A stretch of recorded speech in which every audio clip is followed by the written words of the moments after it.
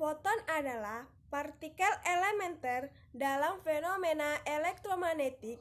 Umumnya, foton dianggap pembawa radiasi elektromagnetik seperti cahaya, gelombang radio, dan sinar X. Foton berbeda dengan partikel elementer lainnya seperti elektron dan quark karena tidak memiliki massa dan dalam ruang hampa. Foton selalu bergerak dengan kecepatan cahaya c. Foton memiliki sifat gelombang dan partikel.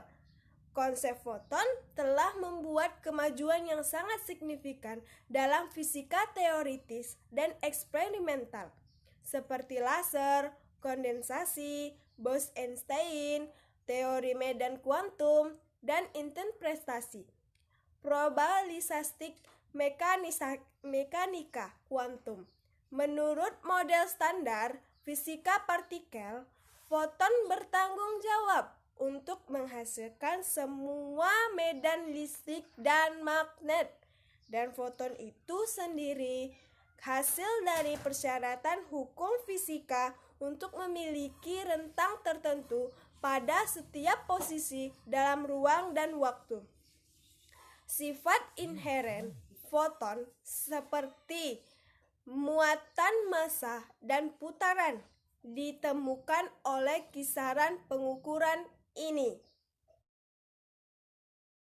Nah, maka dari itu saya akan menjelaskan penerapan dalam kehidupan sehari-hari tentang fenomena efek fotolistrik, efek Compton, dan sinar X. Baiklah, yang pertama fenomena efek fotolistrik. Efek fotolistrik ini merupakan fenomena di mana elektron dilepaskan dari permukaan logam saat logam terkena cahaya.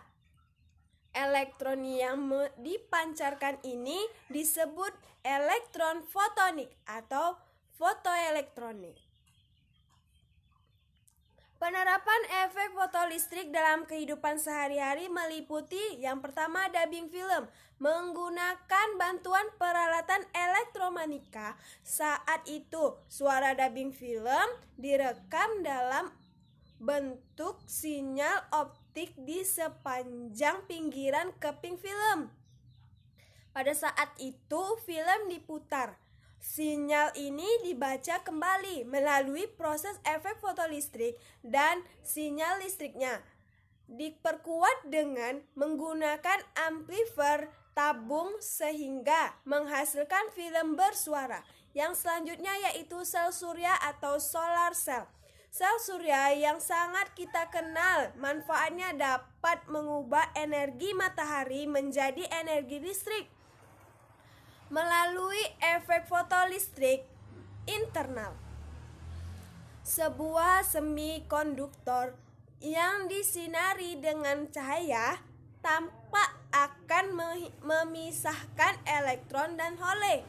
Kelebihan elektron di satu sisi yang disertai dengan kelebihan hole, di sisi lain akan menimbulkan beda potensial yang jika dialirkan menuju beban akan menghasilkan arus listrik. Yang selanjutnya yaitu kamera CCD atau change count LED device dan pemindai kode batang atau barcode.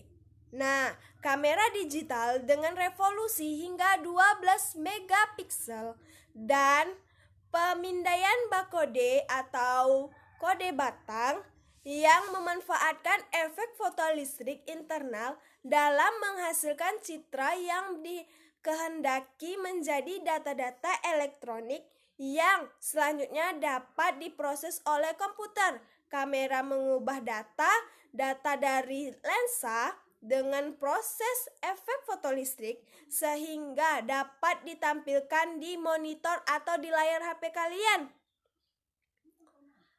Yang selanjutnya yaitu mesin fotokopi. Cara kerja mesin ini, lampu expose menghasilkan cahaya energi yang terang untuk menyinari dokumen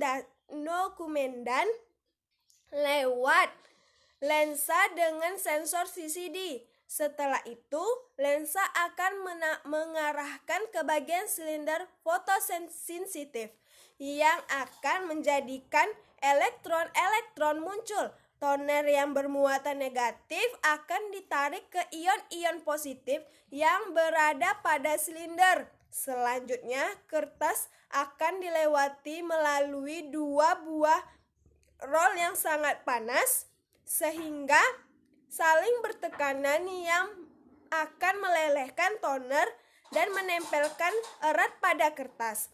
Dan seterusnya drum akan berputar. 2. Efek Compton. Pada tahun 1923 ditemukan bahwa sinar X dihamburkan oleh elektron bebas, di mana panjang gelombang sinar X hamburan lebih panjang dari sinar X sebelum berinteraksi. Peristiwa tersebut dinamakan pergeseran Compton. Penerapannya sebagai berikut. Nah, yang pertama itu teleskop Compton atau Compton. Teleskop pencar Compton biasanya memiliki dua tingkat instrumen. Pada tingkat atas, sinar gamma Compton menyebarkan kosmik dari sebuah elektron dalam suatu sintilator. Foton tersebar kemudian bergerak ke bawah ke tingkat kedua, bahan sintilator yang benar-benar menyerap foton tersebut. Nah, selanjutnya NCT atau teleskop Compton nuklir adalah Y ditanggung balon ray lembut 0,215 MeV. Teleskop dirancang untuk mengetahui sumber astrofisika dari garis emisi nuklir dan polarisasi Y-ray. NCT menggunakan sebuah array dari 12 detektor pencitraan 3D germanium atau GETS. Yang selanjutnya yang ketiga sinar X. Pada tahun 1895 sinar X ditemukan oleh seorang ilmuwan yang berasal dari Jerman yang bernama Wilhelm Conrad Röntgen. Spektrum sinar X berada pada daerah cahaya tidak tampak atau invisible dengan panjang gelombang sangat pendek atau memiliki frekuensi yang sangat tinggi, sehingga sinar X memiliki daya tembus tinggi. Sinar X merupakan suatu bentuk radiasi elektronik yang memiliki panjang gelombang berkisaran antara 0,01 hingga 10 nanometer dan memiliki frekuensi antara 1016 hingga 1021 Hz. Penerapan sinar X pada kehidupan sehari-hari sebagai berikut. Nah, yang pertama itu dunia kesehatan. Penggunaan X-ray atau sinar X ini hanya dilakukan untuk membantu dalam diagnosis medis seseorang agar tidak menimbulkan resiko yang justru membahayakan bagi kesehatan. Contohnya, dalam hal sebelum mengambil atau melakukan tindakan operasi. Nah, yang selanjutnya itu di bidang perindustrian.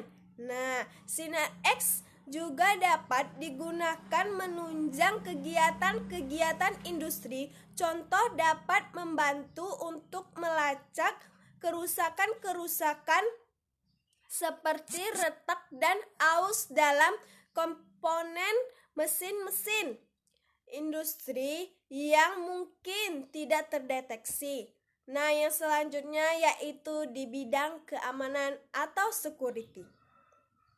Sinar X ini digunakan untuk membantu mendeteksi ada atau tidak sebuah ancaman bahaya di suatu tempat, misalnya di bandara. Sinar X dapat membantu melihat ada atau tidaknya barang-barang berbahaya bawaan calon penumpang pesawat. Nah, dari situ dapat kita simpulkan semuanya bahwa penerapan efek fotolistrik, efek Compton, dan sinar X dalam kehidupan sehari-hari sangatlah masif dan dapat dengan mudah kita dapatkan di sekitar kita.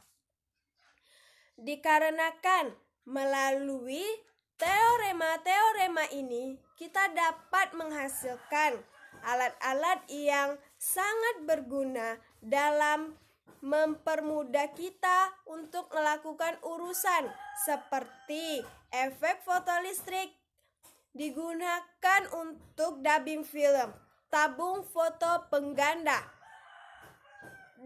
diode laser, foto sel surya atau solar cell, serta efek Compton digunakan untuk teleskop Compton, NCT, dan sinar X digunakan dalam dunia kesehatan, bidang perindustrian, bidang keamanan atau security, bidang kesenian, bidang pertanian. Sesungguhnya masih banyak lagi alat-alat yang digunakan.